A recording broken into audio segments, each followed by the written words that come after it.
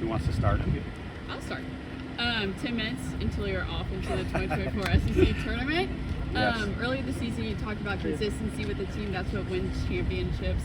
What is the mindset going into this game? Well, you know, it used to be the top 8 went to the SEC tournament, and then I think it went to 10, and I think it went to 12, and now it's everybody. But it's really, really cool that we have gone to every single one, which not everybody in the conference can say. So, as part of your question, that's consistency. This is the time of the year where it's like opening day in baseball and softball. It's the coolest time because it's a clean slate for everybody. Pitchers, hitters, coaches, the whole thing. And whatever you've done in the regular season, it does not mean squat. Nothing. Whether you did good, bad, or ugly, you start fresh tomorrow morning. And, you know, I think a lot of our kids are like ready to go and ready to show that they can do some good stuff. And we're going to stack good days upon the next and the next and the next. Coach, how have you seen your team improve this season?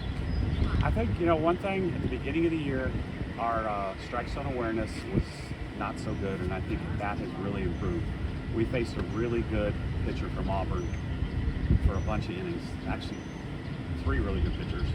But Miss Penta, you know, was the reigning SEC pitcher of the year, and she had struck out 18 the weekend before against Ole Miss, and just really had a great game. And then I think the one day we struck out 6 and maybe 7 the next, and you know, we stayed in the zone for the most part.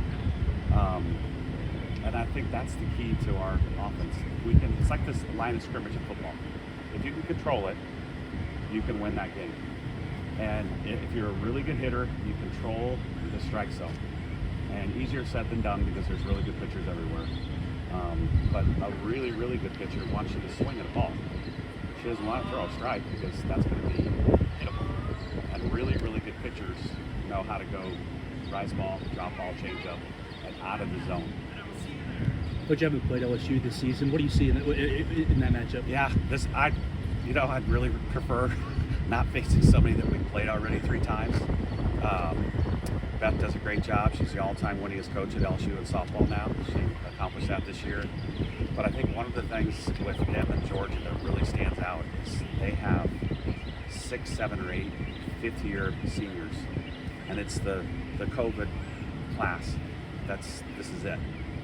You know, we have Jenna and we have Kayla Beaver, and they're very experienced. The top 6 in their lineup are all lefties.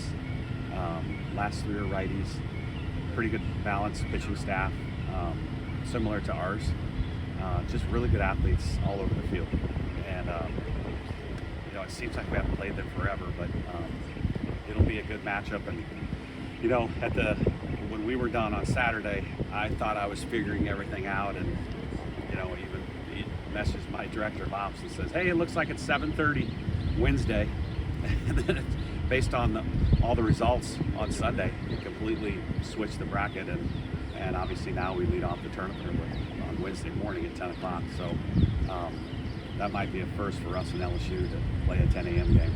We haven't played LSU in the tournament since 2010. Does it help the the newness factor or new season factor? I think so. I mean, you know, we've seen them before, and obviously we respect the hell out of them. I mean, you have to, everybody in this league. This is the craziest year that I can ever think of, and you know, people beating up everybody, and it's very similar to baseball. And I think I told some of the media one of the days where I think the last time Alabama baseball won the SEC, there was 3 teams tied for 20 and 10. To play 30 games, we played 24, but the 3 champions were all 20 and 10. It's getting that way in softball, where there was a lot of 12 and 12, 11 and 13, 10 and 14s, and everybody kind of beats up on everybody else. So it's, I guess it's time for softball to be like that. Now that we're in the postseason, we're going to SEC tournament, fans are really excited. What's your message to them? I think just to stay positive with us. You know, the best is yet to come, and for everybody here, that's the same in your lives. The best is yet to come. And you just have to keep a positive mindset. You have to always see the bigger picture. Remind yourself there's something bigger and better out there.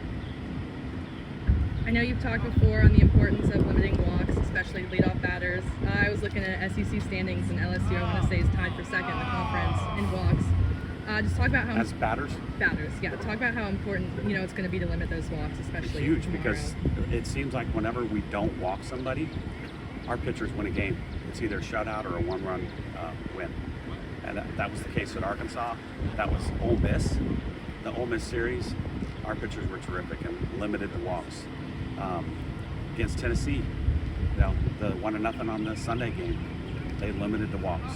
And I think if Beaver, Brisky, all of them, Jayla, Ailey, can limit the walks, we're usually fine. All right, thanks a lot, guys.